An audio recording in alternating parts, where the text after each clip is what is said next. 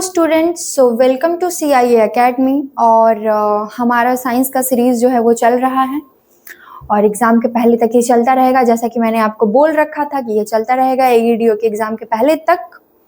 तो हम आ गए हैं दोबारा से आपके लिए इंपॉर्टेंट क्वेश्चंस लेकर के, तो ध्यान से देखिए और पढ़िए। तो ये हमारा पहला क्वेश्चन है और ये पहला क्वेश्चन क्या बोल रहा है? The major component of CNG। अच्छा एक बात बताओ, ये तो इजी क्वेश्चंस है ना, इसमें भी मतलब कि थोड़ा आप लोग ना इसके बारे में कुछ ऐसे होता है ना कि कुछ एक्स्ट्रा चीजें, एक्स्ट्रा पॉइंट्स अगर आप कमेंट कर दो, नहीं CNG के बारे में मैं यहाँ पे क्या पूछ रही हूँ कि मेजर कंपोनेंट, और जैसे कि क्या इसका मेजर कंपोनेंट हो गया ये आपको बताना हो गया। फिर इसका जो और भी जो कंपोनेंट्स होते हैं, इसके यूजेस या इससे रिलेटेड कोई भी न्यूज़, जो भी कुछ आपको इन्फॉर्मेशन है वो आप कमेंट कर सकते हो। इससे क्या होगा ना कि आपका हर मतलब क्वेश्चन पे इंटरेस्ट बढ़ेगा। ये मैं सिर्फ कमेंट सेक्शन के लिए नहीं बोल रही हूँ, खुद के लिए नहीं बोल रही हूँ, मैं ये आपके लिए बोल रही हूँ कि आपका जो है ना इंटरेस्ट बढ़ेगा। आप हर क्वेश्चन पे थोड़ा रिसर्च कर लोगे। जब आप पढ़ रहे हो ना तभी आप अगर कर लेते हो रिसर्च की नहीं CNG के ऊपर और थोड़ा कुछ देख लेते हैं, इसके बेनिफिट्स, इसके डिसएडवांटेजेस, एडवांटेजेस, जो भी चीज़ें हैं, और अगर कोई न्यूज़ है कोई कंपोनेंट्स के बारे में इसके, तो ये सारी चीज़ें अगर आप कमेंट कर दे रहे हो, कोई भी आपको जो लग रहा है कि नहीं हाँ बताना चाहिए, तो वो सारी चीज़ें आप कमेंट करो ना तो वो ज़्यादा बेटर लगता है आलतू फालतू करने से बढ़िया। तो ये बताओ कि इसका जो CNG का जो प्रमुख घटक होगा, प्रमुख घटक मतलब कि मेजर कंपोनेंट, तो मेजर कंपोनेंट कौन सा हो जाएगा? CO2, N2, H2 या CH4? तो इसका आंसर हो जाएगा आपका CH4, जिसको हम क्या कहते हैं? मीथेन। ऑर्गेनिक केमिस्ट्री पढ़ा होगा आपने, 11th में आपने पढ़ा होगा मीथेन, इथेन, मिथाइल, ये सारी चीजें, इथाइल, इथीन, ये सब आपने पढ़ा होगा। जो हम कार्बोनिक जो हम बॉन्डिंग की बात करते हैं, है ना, तो CH4 जो है वो हमारा मीथेन होता है और वही हमारा क्या होता है? मेजर कंपोनेंट ऑफ CNG, है ना। प्राइमरी कंपोज्ड ऑफ जो हमारा CNG होता है वो ज्यादातर किस चीज से बना होता है? मीथेन से बना होता है, which typically accounts for 85 to 98%। Total कितना? 85 से 98% ये इसका टोटल वॉल्यूम होता है। And other minor hydrocarbons like ethane and propane. तो जो कुछ माइनर कार्बन्स होते हैं वो इथेन और प्रोपेन होते हैं। As well as inert gases like nitrogen and carbon dioxide are also present in smaller quantity। ठीक है, तो इनर्ट गैसेस भी प्रेजेंट होते हैं। इनर्ट गैसेस में कुछ जैसे कि क्या हो गए? नाइट्रोजन हो गए और कुछ कार्बन डाइऑक्साइड हो गए, वो भी प्रेजेंट होते हैं लेकिन स्मॉलर क्वांटिटी में होते हैं। तो सबसे ज्यादा जो प्रेजेंट होता है प्राइमरीली वो आपका होता है मीथेन, जो कि 85 से लेकर के 98% तक होता है। देन फिर अदर माइनर होते हैं, माइनर में आपके आ गए इथेन और प्रोपेन आ गए, उसके बाद कुछ इनर्ट गैसेस हो गए। ठीक है, तो यही हमारा CNG का पूरा खेल है। और क्या? The component of acid rain. Acid rain के बारे में तो अच्छे से पता होगा, करेक्ट? एसिड रेन के बारे में तो अच्छे से पता होगा हमेशा से। ये आज हमने इजी क्वेश्चन हमने लाया भाई। Acid rain mainly consist of 2 strong acids, nitric acid और सल्फ्यूरिक एसिड, यानी HNO3 और H2SO4। HNO3 और H2SO4 ये दोनों जो है होता है किसमें? एसिड रेन में होता है। These are formed when sulfur dioxide and nitrogen oxide in the atmosphere react with water। तो एसिड रेन फॉर्मेशन कब होता है? एसिड रेन कब ऐसे बनता है? तो जब सल्फ्यूरिक जो हमारा है, सल्फ्यूरिक डाइऑक्साइड, सल्फर डाइऑक्साइड और क्या है हमारा दूसरा कौन सा था? नाइट्रोजन ऑक्साइड, ये दोनों जब एटमॉस्फेयर में पानी यानी कि वाटर के साथ रिएक्ट करते हैं तभी हमारा एसिड रेन का क्या होता है? फॉर्मेशन होता है। Carbon dioxide forms weak carbonic acid in normal rain but is not considered a component of acid rain, है ना।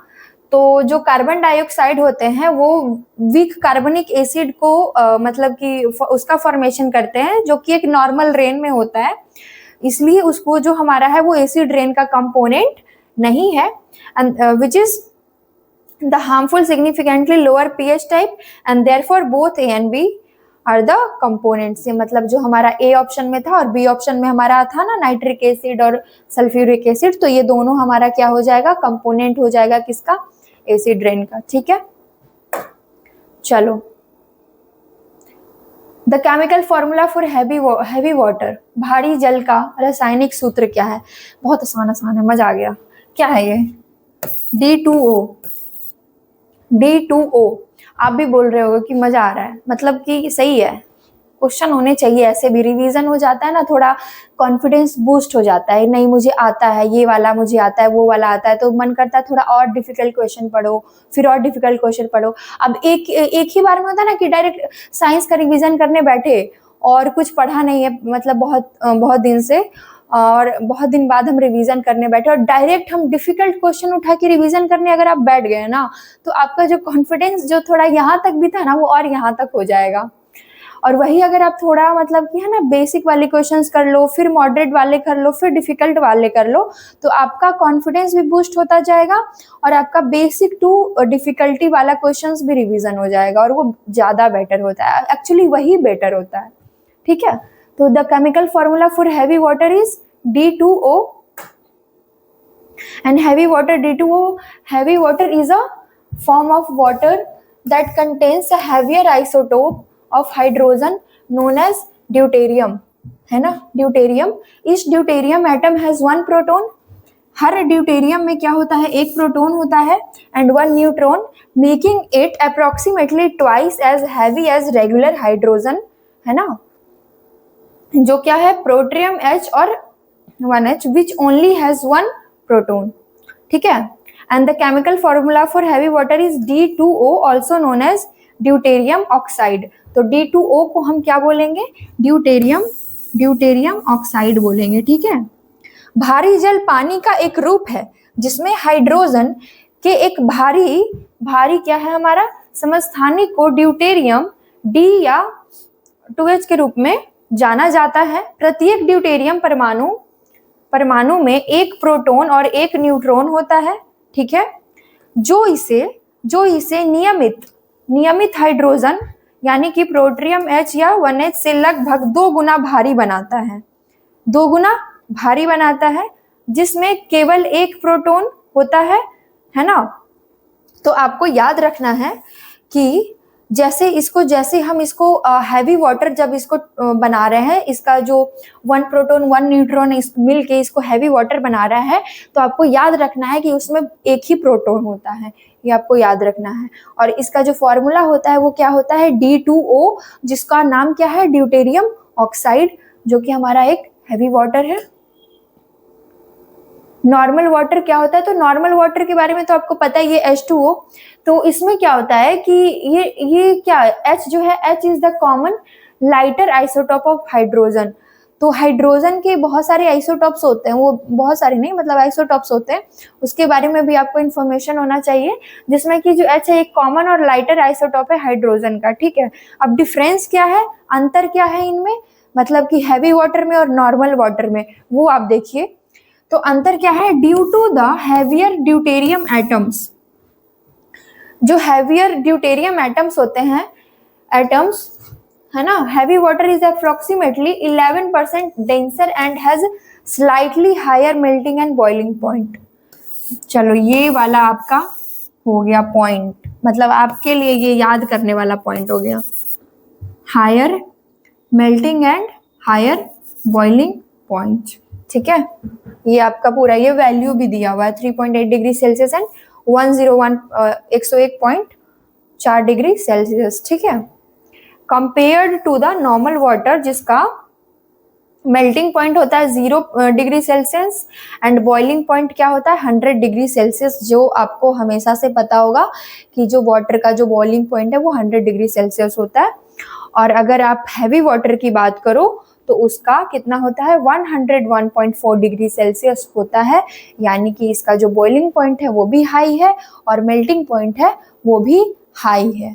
ठीक है, तो यही डिफरेंस होता है आपका हैवी वाटर में और नॉर्मल वाटर में। The pH value of water is, बताओ, ये भी क्वेश्चन है, ये भी क्या है क्वेश्चन है, होता है। The correct answer is 7 and pure water is neutral neither acid और बेसिक। पीएच के बारे में हमने कल भी बात करी थी, है ना, पीएच वैल्यू के बारे में कि एसिडिक और बेसिक के बारे में कि कैसे होता है। और प्योर वाटर क्या होता है, न्यूट्रल होता है, वो ना ही एसिडिक होता है ना ही बेसिक होता है। At a standard temperature of 25 degree Celsius, तो किस टेम्परेचर पे, 25 डिग्री सेल्सियस के टेम्परेचर पे, जिसको हम स्टैंडर्ड टेम्परेचर कहते हैं। And the concentration of hydrogen ions H+ ions and hydroxide ions are equal, क्या होते हैं, इक्वल होते हैं, यानी कि H+ और OH- इक्वल होते हैं, resulting in a pH of exactly 7। और इसी की वजह से जो पीएच वैल्यू होती है वो क्या, 7 होता है ना। चलो ये वाला भी मैं पढ़ दूं, अब ये तो आसान है, मतलब अब मुझे लग रहा है इससे ही आपको समझ में आ गया होगा, उतना पढ़ने की जरूरत नहीं है। Natural rubber is a polymer of, हाँ ये चीजें है ना, मैं बताऊं, फाइबर एंड फैब्रिक करके एक चैप्टर होगा, फाइबर एंड फैब्रिक, एनसीईआरटी में, ठीक है, एनसीईआरटी वाले बुक में ये चैप्टर होगा। आई थिंक ये 9th क्लास में भी है, 8th क्लास का भी एनसीईआरटी या 9th क्लास का एनसीईआरटी में भी आपको मिल जाएगा। फाइबर एंड फैब्रिक करके जो चैप्टर होता है ना, उसमें ना अगर वो चैप्टर आपने अच्छे से पढ़ लिया, ठीक है, तो ये सारे क्वेश्चंस को देखने का ज्यादा जरूरत नहीं है, वो अच्छे से हो जाएगा। तो ट्राई करना कि 8 और 9 दोनों के ही बुक से ये चैप्टर्स पढ़ लेना, ये वाला पढ़ लेना, ये सारे क्वेश्चंस के लिए बस ये वाला एक चैप्टर, ठीक है। तो natural rubber is a polymer of, किसका पॉलीमर है, किसका पॉलीमर है, तो आइसोप्रीन का। प्रीन है ना, प्रीन से थोड़ा सा ऐसे जो है ना, लास्ट में जो PRENE लगा हुआ है उससे आप थोड़ा याद रखना रबड़ करके, ठीक है, मैं तो ऐसे ही करती हूँ। Natural rubber is the polymer of isoprene which is chemically known as, नाम याद रख लो, 2-मिथाइल 1,3 क्या है, ब्यूटाडाइन, ठीक है, ठीक है, 2-मिथाइल 1,3 ब्यूटाडाइन। प्राकृतिक रबर आइसोप्रीन का बहुलक है जिसे रासायनिक रूप से 2-मिथाइल 1,3 ब्यूटाडीन के नाम से जाना जाता है। ये इसका क्या है, केमिकल नेम है, और ये आपको याद रखना है, IUPAC नेम 2-मिथाइल 1,3 ब्यूटाडाइन। चलो, the chemical used for destroying fungi in water tank is, बताओ जल्दी।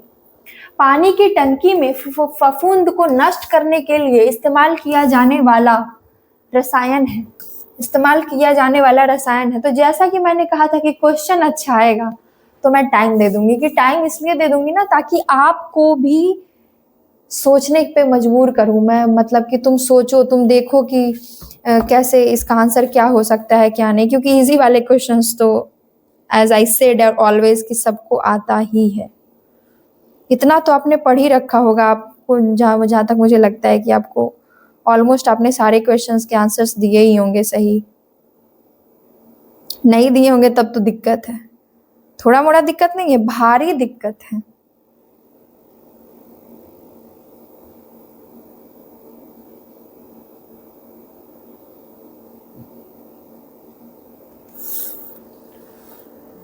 चलो कितना टाइम दो, घड़ी मेरे सामने ही है, हमेशा ही बोलती हूँ मैं। चलो तो क्या हो जाएगा,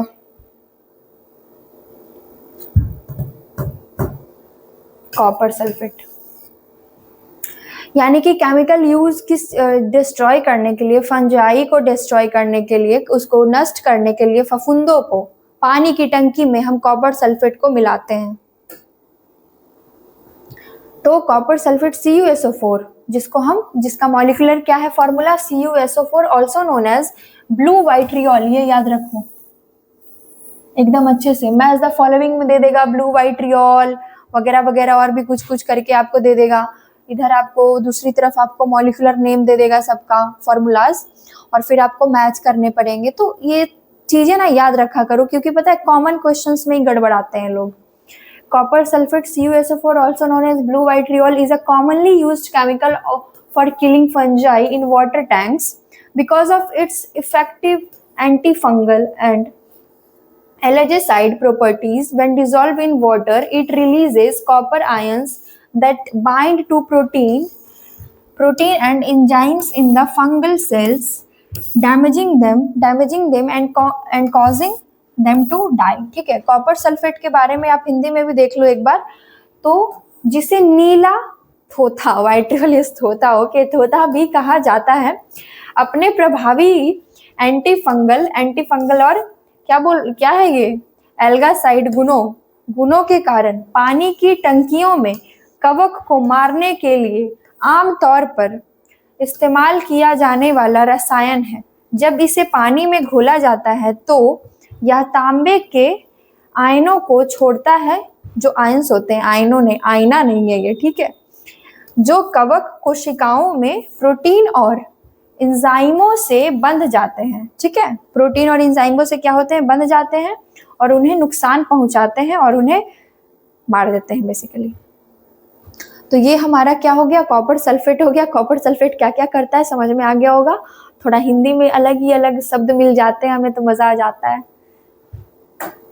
चलो, which of the following is not a component of chlorophyll. ठीक है, निम्नलिखित में से कौन सा क्लोरोफिल का घटक नहीं है, क्लोरोफिल का घटक नहीं है, तो क्या हो जाएगा, कैल्शियम, कार्बन, मैग्नीशियम या हाइड्रोजन। तो ये तो इजी, एलिमिनेट भी कर दो ना, ये तीनों तो होंगे ही ना। तो जो नहीं है वो ये है, जो नहीं है वो है। Calcium is not a component of the chlorophyll molecule itself, and although it is an essential nutrient for plant growth and various cellular processes like cell wall formation, तो कैल्शियम का यूज हम प्लांट में तो basically बहुत ही ज्यादा है कि calcium का बहुत जरूरत है प्लांट ग्रोथ में, लेकिन सेल वॉल के फॉर्मेशन में वो क्लोरोफिल में कैल्शियम का कोई यूज नहीं है। ठीक है, water in plants is transport, बताओ, ये बताओ, पौधों में जल का परिवहन किसके द्वारा होता है, ये मतलब क्या ही है, क्या ही है, नहीं पता होगा जिसको वो तो तुम छोड़ दो फिर पढ़ाई। तुम बताओ मुझे कमेंट्स में, एपिडर्मिस का रोल, फ्लोएम का रोल, कैम्बियम का रोल, ये सब बताओ, ये सब पे रिसर्च करो। क्वेश्चन ऐसे ही, ये नहीं हुआ कि क्वेश्चन बस पढ़ लिया और पीवाईक्यू, मतलब पीवाईक्यू एनालिसिस समझते हैं आप। अगर आप नहीं समझते तो मैं थोड़ा कोशिश करती हूँ आपको समझाने का, अगर आपको अच्छा लगे आप फॉलो कर लेना इस चीज को, जो भी मैं बोलूंगी।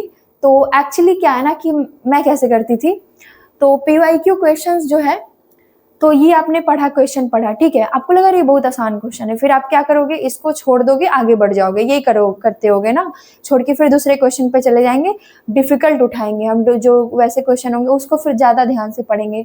नहीं, वही गलती है।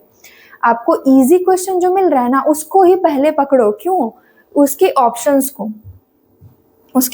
को, ये अगर ये 3 ऑप्शंस है, हम इन तीनों की प्रॉपर्टीज देखेंगे, कि इस पे मतलब ये इसके बारे में कि इसका क्या रोल है प्लांट में, इसका क्या रोल है, इसके क्या फंक्शंस हैं, ये सारी चीजें भी हम देखेंगे साथ ही साथ।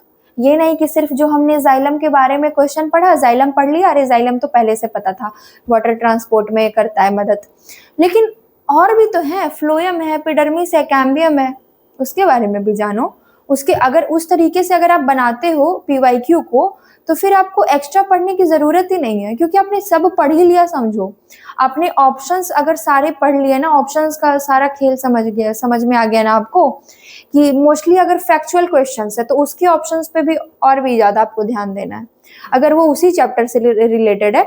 अगर ऑप्शंस ऐसे हैं कि जो इररिलेवेंट है तो उस पर हम नहीं ध्यान देंगे, लेकिन जो रिलेवेंट है हम उस पर ध्यान देंगे, क्योंकि उसी तरीके से आपका वो रिवीजन भी हो जाएगा, एनालिसिस भी हो जाएगा और एलिमिनेशन भी आप सीख जाओगे कि एलिमिनेशन कैसे होता है।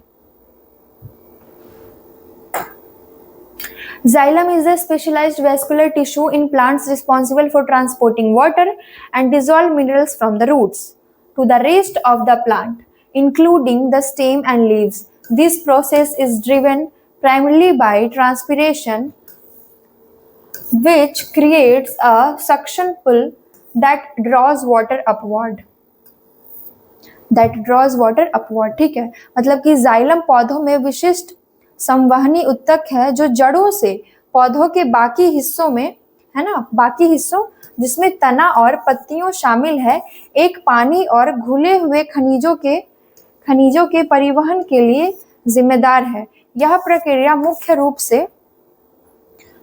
से वाष्पोत्सर्जन द्वारा संचालित होती है, जो एक सक्शन पुल बनाती है ना, बनाती है, जो पानी को ऊपर की ओर खींचता है। ठीक है, तो ये पूरा जो है प्रोसेस है कि किस तरीके से जाइलम वर्क करता है।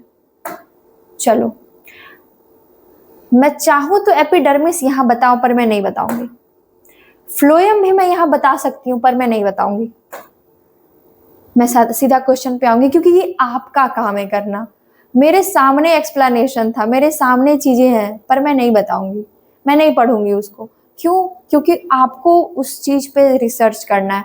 मैं लिटरली, मैं मतलब गुस्साना मत कोई, लेकिन देखो, अगर आप उस चीज पे रिसर्च कर लेते हो ना, और उस चीज को आप कमेंट में बताते हो कि नहीं फ्लोएम का क्या वर्क है, एपिडर्मिस का क्या वर्क है, वो आपके लिए बहुत ज्यादा बेनिफिशियल है, आपको याद रह जाएगा लंबे समय तक। सिर्फ पढ़ लेने से, दिमाग में रखने से याद नहीं रहता, उस चीज को एक्सप्रेस कर दो कहीं पे, फिर वो याद रह जाएगा। During photosynthesis green plants absorb, प्रकाश संश्लेषण के दौरान हरे पौधे अवशोषित करते हैं क्या? क्या अवशोषित करते हैं? हरे पौधे क्या अवशोषित करते हैं? ये सब भी बताने वाली चीज है, पूरा पढ़ो अब इसको। फोटोसिंथेसिस में क्या होता है? Photosynthesis is the process green plants use to create their own food. ये तो आपको पता होगा कि फोटोसिंथेसिस यानी प्रकाश संश्लेषण क्या होता है। जो पौधे क्या करते हैं, पौधे अपना भोजन बनाने के लिए करते हैं, correct. And during this process plants utilise carbon dioxide. तो प्लांट्स किसका यूटिलाइज कर रहा है? कार्बन डाइऑक्साइड का यूटिलाइज कर रहा है, मतलब उसका इस्तेमाल कर रहा है। फ्रॉम द एटमोस्फेयर, कहाँ से? एटमोस्फेयर से। वाटर का इस्तेमाल कर रहा है from the soil, using sunlight energy, sunlight को यूज कर रहा है। इस प्रक्रिया के दौरान, हिंदी में भी अगर आप देख लो तो, पौधे सूर्य के प्रकाश ऊर्जा का उपयोग करके वातावरण से कार्बन डाइऑक्साइड और मिट्टी से पानी का उपयोग करते हैं। And the main product is glucose. और the main product, main product क्या होता है? ग्लूकोज होता है, यानी कि जो उनका फूड हो गया। And oxygen is released as a by product. तो ये पूरा पढ़े भी होंगे, है ना, इसका जो फॉर्मूला होता है C6H12O6 वाला, ये पूरा पढ़े भी होंगे। इसका बाई प्रोडक्ट जो निकल के आता है हमारा, वो आता है क्या? ऑक्सीजन आता है, जो हम कंज्यूम करते हैं। तो प्लांट्स जब फूड बनाते हैं तो उनका ग्लूकोज जो है वो रेडी होता है, बाई प्रोडक्ट में ऑक्सीजन आता है, जो हम कंज्यूम करते हैं, correct. Therefore, carbon dioxide is the gas absorbed. और वो क्या करते हैं? कार्बन डाइऑक्साइड को एब्जॉर्ब कर लेते हैं, इसलिए कार्बन डाइऑक्साइड क्या करते हैं? वो यूज करते हैं एब्जॉर्ब करने में। चलो, oxygen is absent in, oxygen इनमें से किन चीजों में एब्सेंट है?